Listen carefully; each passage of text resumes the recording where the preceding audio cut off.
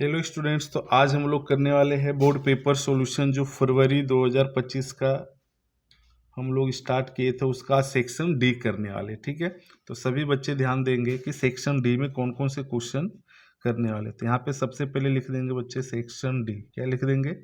Section D. ठीक है, अभी यहाँ पे लिखेंगे क्वेश्चन नंबर 40। ठीक है, क्वेश्चन नंबर 40।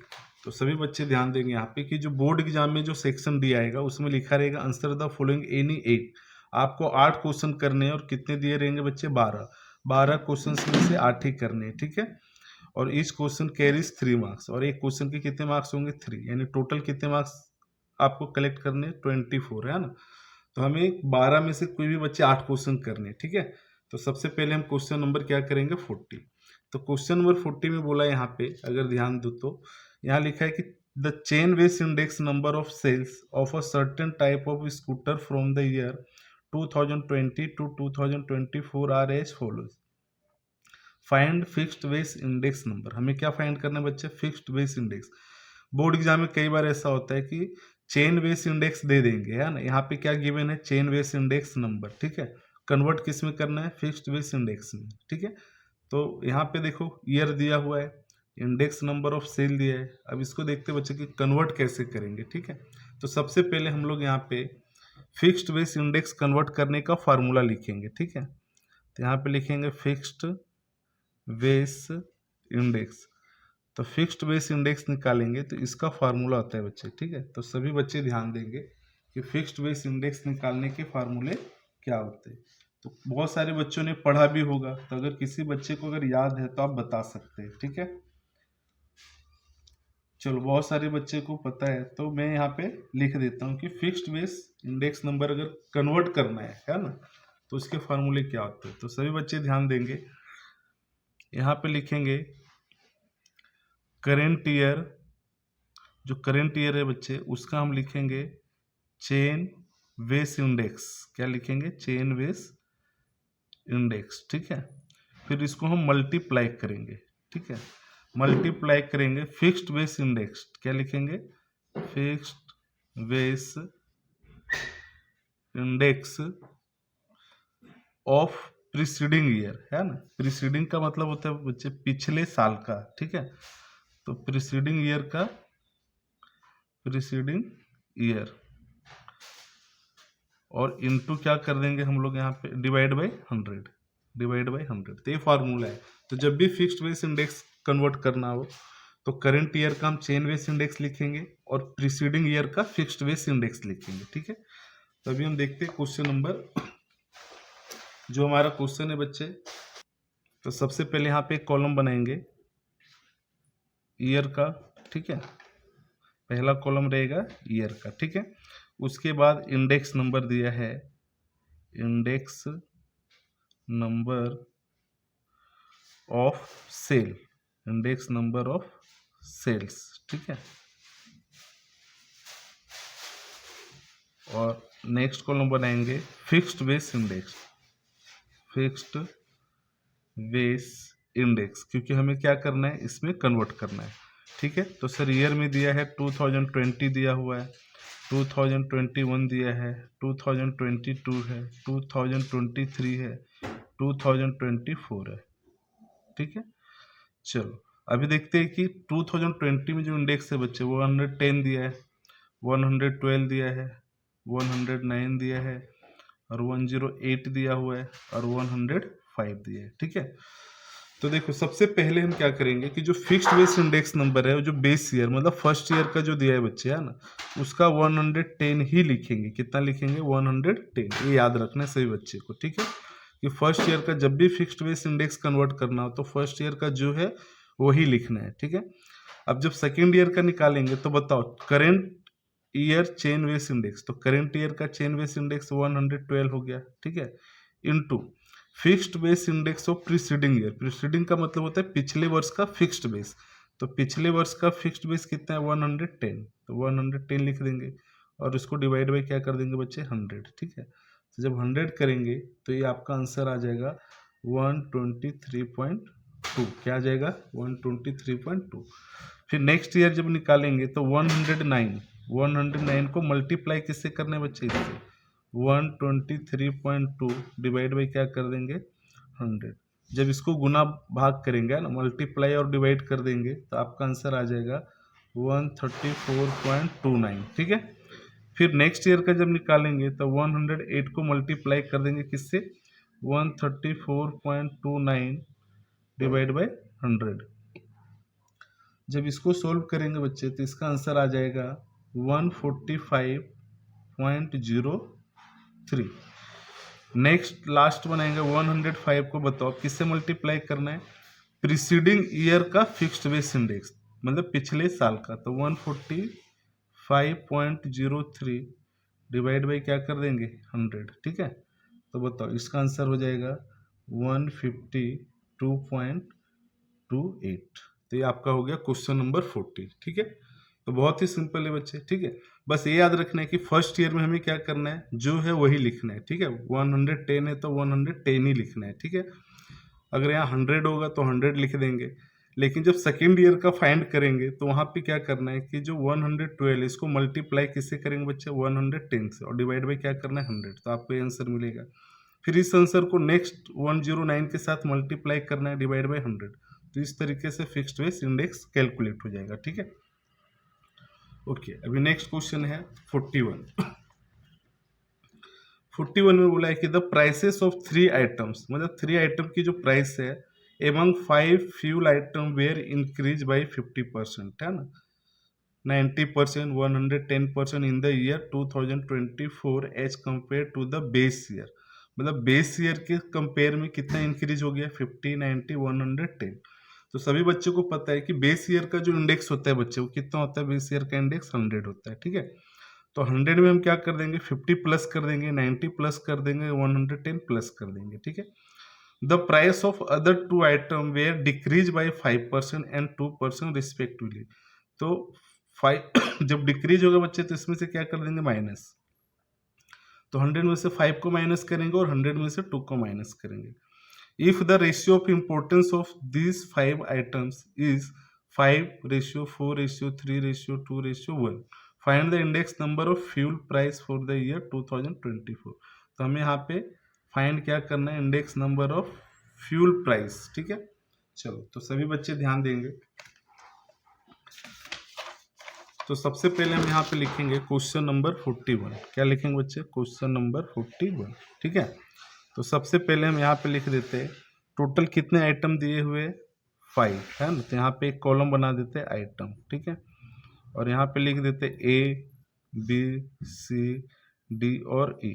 मान लेते 5 आइटम है, ठीक है।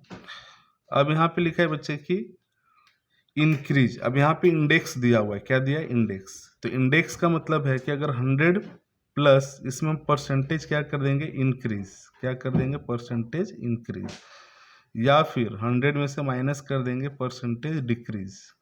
अगर डिक्रीज दिया है बच्चे तो माइनस करेंगे, इंक्रीज होगा तो प्लस कर देंगे, ठीक है। उसके बाद दिया हुआ था इम्पोर्टेंस, इसका मतलब वो वेट दिया हुआ है, तो वेट को हम W से इंडिकेट कर देंगे और नेक्स्ट कॉलम बना देंगे IW। क्या बना देंगे बच्चे IW, ठीक है। चलो तभी सभी बच्चे ध्यान देंगे यहाँ पे। बताओ पहले में क्या बोला था कि 50% इंक्रीज हुआ है, तो बताओ 100 प्लस अगर मैं 50 कर दूं तो कितना आ जाएगा, तो सर 150 आ जाएगा। फिर बोला था 90% इंक्रीज होगा, तो बताओ कितना आ जाएगा, तो सर 190 आ जाएगा। फिर बोला था 110% इंक्रीज होगा, तो ये हो जाएगा 210। फिर लास्ट के जो 2 आइटम थे बच्चे उसमें 5% बोला था डिक्रीज हुआ है, तो डिक्रीज होगा तो माइनस कर देंगे, तो 95 होगा। और इसमें बोला था 2% डिक्रीज हुआ है, तो ये हो जाएगा 98, ठीक है। तो कभी भी इस टाइप का क्वेश्चन है तो 100 में प्लस कर देंगे इंक्रीज, 100 में से माइनस कर देंगे परसेंटेज डिक्रीज। अब यहाँ पे इंपॉर्टेंस दिया 5, 4, 3, 2 और 1। तो सबसे पहले इसको प्लस कर देते हैं बच्चे, तो ये आ जाएगा 15। क्या आ जाएगा 15, ठीक है। अभी IW निकालना है तो हमें क्या करना है, इसको मल्टीप्लाई करेंगे, तो 150 इंटू 5 कर देंगे, तो ये आ जाएगा 750। इसको मल्टीप्लाई कर दो बच्चे, तो ये कितना आ जाएगा 190 इंटू 4, ठीक है। तो जब 190 इंटू 4 करेंगे, ओके, तो 190 इंटू 4 करेंगे बच्चे तो ये आ जाएगा 760। 210 को मल्टीप्लाई 3 कर दो तो ये आ जाएगा 630, और यहाँ पे मल्टीप्लाई कर देंगे 95 इंटू 2 तो आपका आंसर आ जाएगा 190। ठीक है, उसके बाद ये 98 आ जाएगा। अभी सभी को क्या करना है बच्चे, प्लस करना है ना, तो 750 प्लस 760 प्लस 630 प्लस 190 प्लस 98, ये आपका आंसर आ जाएगा 2428। तो इसे हम बोलेंगे बच्चे सिग्मा डब्लू, इसको हम बोलेंगे सिग्मा आई डब्लू। क्या बोलेंगे, सिग्मा आई डब्लू। ठीक है, चलो अब यहाँ पे क्वेश्चन में क्या बोला था, तो सर बोला था फाइंड करने के लिए कि the index number of fuel prices. ठीक है, तो इसका फार्मूला हो जाएगा sigma I W divide by sigma W. ठीक है, तो सिग्मा आई डब्लू हो गया 2428 और सिग्मा डब्लू हो गया बच्चे 50। अब इसको हम क्या कर देंगे, डिवाइड कर देंगे। ठीक है, तो यहाँ पे लिखेंगे डिवाइड बाई 15, तो आपका आंसर हो जाएगा 161.87। इसको राउंड फिगर में लिखना है बच्चे, आंसर है ना। ठीक है, ये आपका आंसर हो गया क्वेश्चन नंबर 41। ठीक है, तो इस तरीके से 3 मार्क्स के क्वेश्चन बोर्ड एग्जाम में पूछे जाएंगे, इसको खूब प्रैक्टिस करेंगे बच्चे। ठीक है, चलो अब नेक्स्ट क्वेश्चन की ओर चलते हैं। क्वेश्चन नंबर 42, इसमें बोला है the following result are obtain from a bivariate data N equal to 10 दिया है, sigma X minus X bar Y minus Y bar equal to 72, S X जो दिया है बच्चे 3 दिया है, and sigma Y minus Y bar का square दिया है 360। Find the correlation coefficient. क्या निकालना है बच्चे, कोरिलेशन कोफिशिएंट, मतलब हमें आर निकालना है। ठीक है, तो आर निकालेंगे कैसे वो देखेंगे यहाँ पे, तो सभी बच्चे ध्यान देंगे। क्वेश्चन नंबर 42, तो यहाँ पे लिखेंगे क्वेश्चन नंबर 42। तो सबसे पहले डेटा दिया है N equal to 10, sigma X minus X bar Y minus Y bar दिया है बच्चे 72, एस एक्स दिया हुआ है 3, इसको बोलते हैं स्टैंडर्ड डिवीजन ऑफ एक्स। ठीक है, और नेक्स्ट दिया है sigma Y minus Y bar का स्क्वायर दिया है 360। ठीक है, और हमें फाइंड क्या करना है, आर। तो देखो आर निकालने के लिए सबसे पहले हम क्या करेंगे, ये जो sigma Y minus Y bar का स्क्वायर दिया बच्चे है ना, तो यहाँ पे आर निकालने का एक फार्मूला होता है, सभी बच्चे ध्यान रखेंगे। Sigma X minus X bar Y minus Y bar divide by N into S X into S Y. ठीक है, अब इसमें से देखेंगे बच्चे हमें क्या क्या दिया हुआ है, तो sigma X minus X bar Y minus Y बार कितना दिया है 72 दिया है, एन हमें 10 दिया हुआ है, एस एक्स कितना दिया है बच्चे 3। अभी एस वाई निकालना है, तो एस वाई निकालने के लिए एक फार्मूला हमने 11th में पढ़ा था स्टैंडर्ड डिवीजन का। ठीक है, वाई माइनस वाई बार का whole square divide by N, ये फार्मूला है। ठीक है, अभी इस फार्मूले पे हम क्या करेंगे, वैल्यू पुट कर देंगे 360 डिवाइड बाई 10, तो आ जाएगा बच्चे 36 और इसका रूट हो जाएगा 6। ठीक है, तो यहाँ पे मल्टीप्लाई क्या कर देंगे 6। अब यहाँ पे 72 डिवाइड बाई ये आ जाएगा 180, कितना आ जाएगा बच्चे 180। अब इसको डिवाइड कर देंगे, अब डिवाइड करेंगे तो कितना आएगा, तो 72 डिवाइड बाई कितना करना है 72 डिवाइड बाई 180, तो यहाँ पे लिखेंगे सभी बच्चे 72 डिवाइड बाई 180 करने पे आपका आंसर 0.4 आएगा। क्या आएगा बच्चे 0.4, तो ये आंसर हो गया। ठीक है, तो आर की वैल्यू कितना मिल गया 0.4, तो आर जब निकालेंगे तो आंसर आ जाएगा 0.4। ठीक है, तो ये इस तरीके से क्वेश्चन नंबर 42 बनाएंगे। ठीक है, चलो अभी नेक्स्ट क्वेश्चन की ओर चलते, क्वेश्चन नंबर 43। अब देखो 43 में क्या बोला है, question number 43, the information of price of a ball pen and the supply of ball pen at the end of each month of a year for a company making ball pen is given below, estimate the supply of ball pen when its price is ₹40। मतलब ball pen की जो supply है बच्चे वो कितना दिया है 40 दिया हुआ है। ठीक है, तो हमें वहाँ पे फाइंड करना है कि उसकी बॉल पेन की प्राइस दिया हुआ है यहाँ पे 40। ठीक है, तो हमें सप्लाई क्या करना है, फाइंड करना है कि भाई जब 40 रुपया होगा तो वहाँ पे सप्लाई कितना यूनिट हम करेंगे। ठीक है, चलो तो यहाँ पे डिटेल में दिया है प्राइस और सप्लाई क्या दिया है वाई। अभी यहाँ पे देखो एवरेज दिया है। एवरेज का मतलब होता है ये एक्स का एवरेज दिया है बच्चे, इसका मतलब एक्स बार दिया हुआ है, और इस वाई का एवरेज दिया है, इसका मतलब ये हो गया वाई बार। ठीक है, वेरियांस का मतलब होता है ए सी स्क्वायर एक्स, ठीक है, और ए सी स्क्वायर वाई, और को वेरियांस दिया हुआ है कितना 400। तो सबसे पहले डिटेल को हम क्या करेंगे, नोटबुक में लिख के करेंगे। ठीक है, चलो तो सभी बच्चे ध्यान देंगे क्वेश्चन नंबर 43। ठीक है, तो देखो सबसे पहले तो क्वेश्चन नंबर 43 में बच्चे ये दिया हुआ है कि मीन यानी एवरेज जो दिया है एक्स का वो कितना दिया है, तो सर ये 30 दिया हुआ है। वाई बार कितना दिया था बच्चे, तो सर ये 500 दिया हुआ है। वेरियांस का मतलब होता है ए सी स्क्वायर एक्स, ठीक है, ये 25 दिया हुआ है। ठीक है, अब बताओ बच्चे ए सी स्क्वायर एक्स दिया है तो यहाँ पे एस एक्स अगर निकालेंगे तो ये रूट क्या हो जाएगा 25, यानी आंसर आ जाएगा 5। ठीक है, फिर ए सी स्क्वायर वाई दिया हुआ है 10,000। ठीक है, अगर इसकी ज़रूरत पड़ेगा अगर क्वेश्चन में तो इसको भी आप रूट लगा सकते हैं बच्चे। ठीक है, और इसका आंसर कितना आ जाएगा 100, कितना आ जाएगा 100। ठीक है, फिर कोवेरियांस दिया है, क्या दिया है कोवेरियांस, तो कोवेरियांस को हम इस तरीके से भी लिख सकते हैं, कोवेरियांस एक्स और वाई इजकल टू 400। ठीक है, तो सबसे पहले इसमें हम निकालेंगे बी। तो बी निकालने के लिए फार्मूला होता है, अगर आपने पढ़ा होगा बच्चे तो बी निकालने का। ओके स्टूडेंट, तो सबसे पहले हम यहाँ पे कैलकुलेट करेंगे बी। तो बी निकालने के लिए फार्मूला है covariance X Y divide by S square X. ठीक है, तो यहाँ पे लिखेंगे कोवेरियांस कितना लिख देंगे 400। ठीक है, ए सी स्क्वायर एक्स, तो देखो ए सी स्क्वायर एक्स यहाँ पे कितना दिया था 25। ठीक है, तो 25 लिख देंगे बच्चे, कभी कभी इसकी भी जरूरत पड़ती है ना, तो यहाँ पे फिलहाल इसकी जरूरत नहीं है, तो आपको ए सी स्क्वायर एक्स मतलब 25 क्या करना है यहाँ पे लिख देना है। अब बताओ बच्चे इसका आंसर कितना हो जाएगा, तो इसको अगर डिवाइड कर देंगे तो मेरे हिसाब से आ जाएगा बच्चे 16। कितना आ जाएगा ये 16 है ना।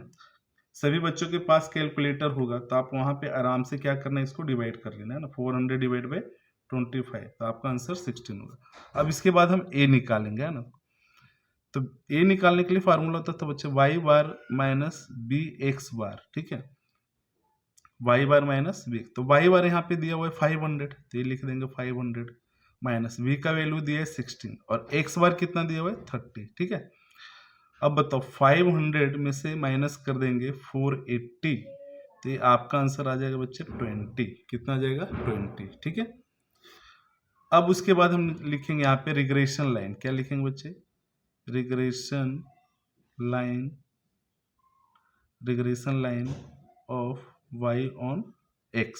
तो इसका फार्मूला होता था y cap is equal to a plus B X. ठीक है, तो a का वैल्यू हम रख देंगे 20 प्लस b का वैल्यू कितना मिला 16x। अगर कई बार एग्जाम में पूछता है कि regression line y on x find करें तो आपका ये आंसर हो जाएगा। ठीक है, लेकिन यहाँ पे क्या था क्वेश्चन में अगर ध्यान दो तो यहाँ पे x की वैल्यू देखो बच्चे दिया है 40 रुपीज़। क्या दिया है 40 रुपीज़, तो यहाँ पे लिखेंगे x इजकल टू ₹40। ठीक है, तो यहाँ पे हम निकालेंगे वाई कैप। ठीक है, तो वाई कैप निकालेंगे तो 20 प्लस 16 और यहाँ x की वैल्यू कितना पुट कर देंगे 40। ठीक है, तो सबसे पहले बच्चे आपको क्या करना है, इसको मल्टीप्लाई करना है ना, 16 इंटू 40 है ना, तो ये आ जाएगा 640। अब इसको प्लस कर देंगे तो 660। क्या आ जाएगा बच्चे 660, तो ये आंसर हो जाएगा आपका। ठीक है, अब सप्लाई जो होता है बच्चे वो किस में होता है यूनिट में, तो यहाँ पे ब्रैकेट में क्या लिख देना बच्चे यूनिट्स। ठीक है, सप्लाई किस में करते हैं यूनिट्स में, तो इसलिए आपका आंसर हो जाएगा यूनिट्स में। ठीक है, चलो अभी नेक्स्ट क्वेश्चन की ओर चलते हैं। क्वेश्चन नंबर है 44। अब 44 देखो बहुत ही अच्छा क्वेश्चन है बच्चे। यहाँ पे लिखा है कि if the regression line of y on x is, देखो ऑलरेडी रिग्रेशन लाइन दिया y cap is equal to 11 plus 3x and sx ratio दिया हुआ है एस वाई का 3:10। Find the coefficient of determination है ना। कोफिशिएंट ऑफ डिटर्मिनेशन जो होता है बच्चे इसको हम कैपिटल आर स्क्वायर से इंडिकेट करते हैं और इसका जो फार्मूला होता है वो स्मॉल आर स्क्वायर के बराबर होता है। ठीक है, तो देखो इसको कैसे निकालेंगे ना 44। तो यहाँ पे लिखेंगे क्वेश्चन नंबर 44। तो सबसे पहले लिखेंगे वाई कैप का जो वैल्यू दिया 11 प्लस 3x। देखो यहाँ पे इक्वेशन दिया है Y cap is equal to 11 plus 3x। तो बताओ बच्चों वाई कैप का फार्मूला क्या होता था? तो सर वाई कैप का फार्मूला होता था a प्लस बी एक्स। ठीक है। अब बताओ अगर मैं पूछूं कि b की वैल्यू कितना है, तो सर b की वैल्यू यहाँ पे कितना हो जाएगा 3। तो यहाँ से हमें क्या मिल गया? b मिल गया। ठीक है। फिर दूसरा क्वेश्चन में क्या दिया बच्चे कि एस एक्स और एस वाई का जो रेशियो दिया है वो 3 कितना दिया 10। इसका मतलब होता है कि एस एक्स की जो वैल्यू 3 होगा, एस वाई की वैल्यू कितना हो जाएगा 10। ठीक है। तो सबसे पहले हम एक फार्मूला ऐसा यूज करेंगे बच्चे जिसमें स्मॉल आर आता था ना। तो v का फार्मूला एक हमने पढ़ा था कि R S Y divide by S X, अगर याद हो तो। ठीक है। तो बताओ v की वैल्यू हमें 3 मिल गया था 3। r तो हमें फाइंड करना है। एस वाई, अब देखो एस वाई की जगह पे 10 दिख रहा है तो यहाँ पे 10 लिख देंगे। और एस एक्स की जगह पे क्या दिख रहा है बच्चे 3, तो यहाँ पे 3 लिखेंगे। ठीक है। यहाँ कुछ नहीं तो 1 डाल सकते हैं आप लोग। अब इसको क्रॉस मल्टीप्लाई करना है तो 3 3 जा क्या हो जाएगा 9, है ना। और 1 को मल्टीप्लाई कर देंगे बच्चे r इंटू 10 में, तो ये तो 10r हो जाएगा। और 3 3 जा क्या हो जाएगा 9। ठीक है। अब यहाँ पे देखो r की अगर वैल्यू निकालना है तो 9 डिवाइड बाई क्या हो जाएगा 10। 10 जब राइट साइड जाएगा तो डिवाइड में हो जाएगा, है ना। यानी इसका आंसर कितना होगा 0.9। ठीक है। अभी क्वेश्चन में क्या बोला था फाइंड करने के लिए? क्वेश्चन में बोला है कि द कोफिशिएंट, क्या बोला है बच्चे? कोफिशिएंट ऑफ डिटर्मिनेशन, है ना, डिटर्मिनेशन। ठीक है। तो कोफिशिएंट ऑफ डिटर्मिनेशन अगर हमें निकालना है तो हमने पढ़ा था कि कैपिटल आर स्क्वायर जो होता है उसको हम इंडिकेट करते हैं, किसको? Coefficient of determination. और इसकी वैल्यू स्मॉल आर के क्या होता है बराबर होता है। और स्मॉल आर हमें कितना मिला है? तो सर 0.9। तो आप इसका स्क्वायर कर दो तो इसका आंसर हो जाएगा 0.81। कितना जगह बच्चे 0.81। ठीक है। ये हो गया आपका क्वेश्चन नंबर 44। ठीक है। इसके बाद है क्वेश्चन नंबर 45 है। 45 में लिखा है कि state any 3 merits of graphical method of time series. जो ग्राफिकल मेथड हमने पढ़ा था बच्चे टाइम सीरीज में, है ना, उसके 3 मेरिट्स लिखने, है ना। तो ये थ्योरी क्वेश्चन है, फिर भी मैं लिख देता हूँ बच्चों, है ना। ठीक है।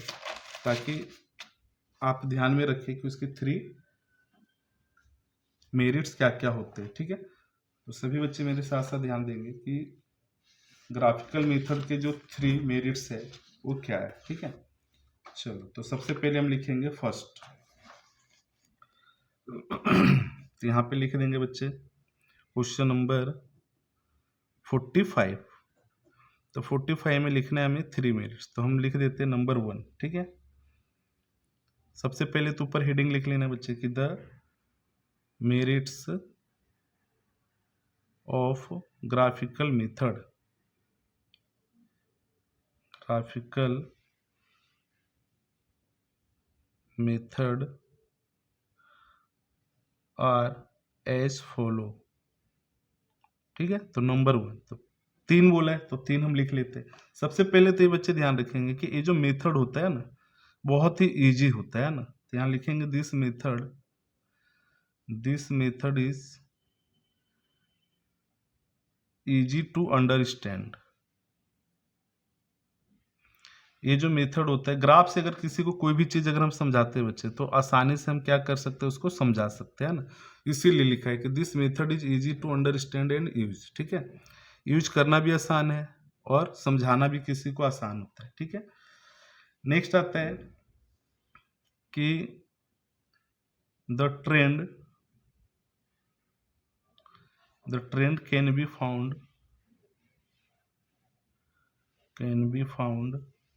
Without any mathematical formula. सही बात है। आपको बिना किसी फार्मूले का या कैलकुलेशन का आपको ट्रेंड मिल जाता है ना,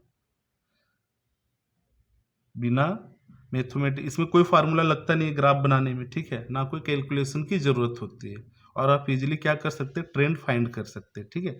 तो इसके एक बेनिफिट तो ये है बच्चे। तीसरा है कि this method can be used, this method can be used even if the trend is not linear। अगर कोई इस मेथड का यूज हम कहाँ पे कर सकते हैं, यदि कोई भी ट्रेंड लीनियर नहीं है तो भी हम लोग क्या कर सकते हैं, इस मेथड से फाइंड, मतलब ये मेथड यूज कर सकते हैं। ग्राफ तो हम सभी का बना सकते हैं बच्चे, ठीक है। तो यहाँ पे 3 मेरिट्स होते हैं जो आप लोग पढ़ लेना है, ठीक है। इसके बाद नेक्स्ट क्वेश्चन बोला है 46 कि state the characteristic of random experiment. जो रैंडम एक्सपेरिमेंट होते हैं पार्ट 2 का है बच्चे, है ना, पार्ट 2 का क्वेश्चन है, ठीक है। तो रैंडम एक्सपेरिमेंट का जो कैरेक्टरिस्टिक है वो लिखना है हमें, है ना। तो रैंडम एक्सपेरिमेंट का कैरेक्टरिस्टिक अगर लिखने हैं बच्चे तो ये भी हम लोग लिख सकते हैं, ठीक है। चलो, तो इसमें हम 3 कैरेक्टरिस्टिक लिखा देते हैं ना, ठीक है। तो सभी बच्चे ध्यान देंगे, क्वेश्चन नंबर 46। तो आज की क्लास में बच्चे हम सिर्फ 46 तक करेंगे, है ना। फिर कल की क्लास में जो बचे हुए क्वेश्चन है 51 तक को हम कंप्लीट कर लेंगे, ठीक है।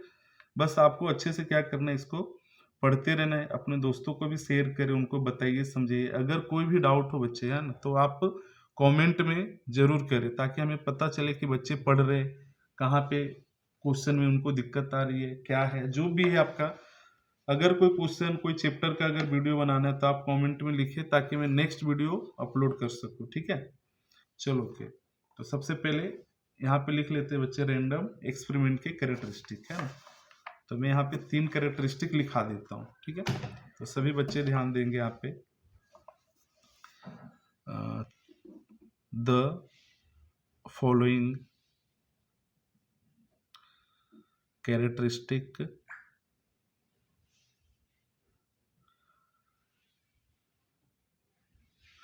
कैरेक्टरिस्टिक ऑफ रैंडम एक्सपेरिमेंट, है ना, रैंडम एक्सपेरिमेंट, ठीक है। तो चलो, सबसे पहला हम लिख लेते हैं बच्चे। फर्स्ट है कि अ रैंडम एक्सपेरिमेंट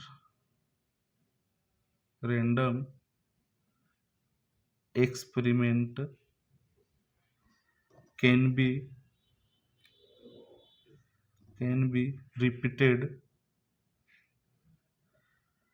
repeated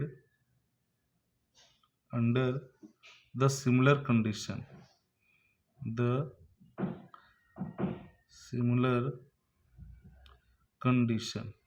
ठीक है। सेकेंड इसके कैरेक्टरिस्टिक लिख लेंगे, ऑल पॉसिबल आउटकम्स, सही बात है, all possible outcomes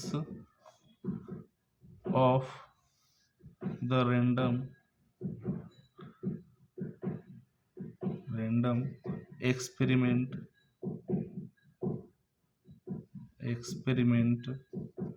are known. मतलब हम जान सकते हैं ना कि कौन कौन से पॉसिबल आउटकम्स है, ठीक है। जैसे मान लें एक हम क्वाइन को अगर टॉस करते बच्चे तो उसमें हेड और टेल मिलेगा, है ना। तो ये हमारा क्या जाता है, पॉसिबल आउटकम्स, ठीक है। और थर्ड लिख सकते हैं इसके अंदर, एटलीस्ट 3 पॉइंट लिखने बच्चे 3 मार्क्स में, है ना, ठीक है। कि the random experiment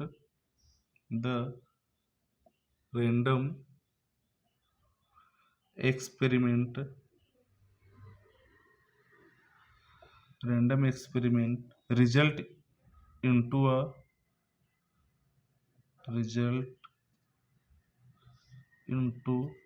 a certain outcomes।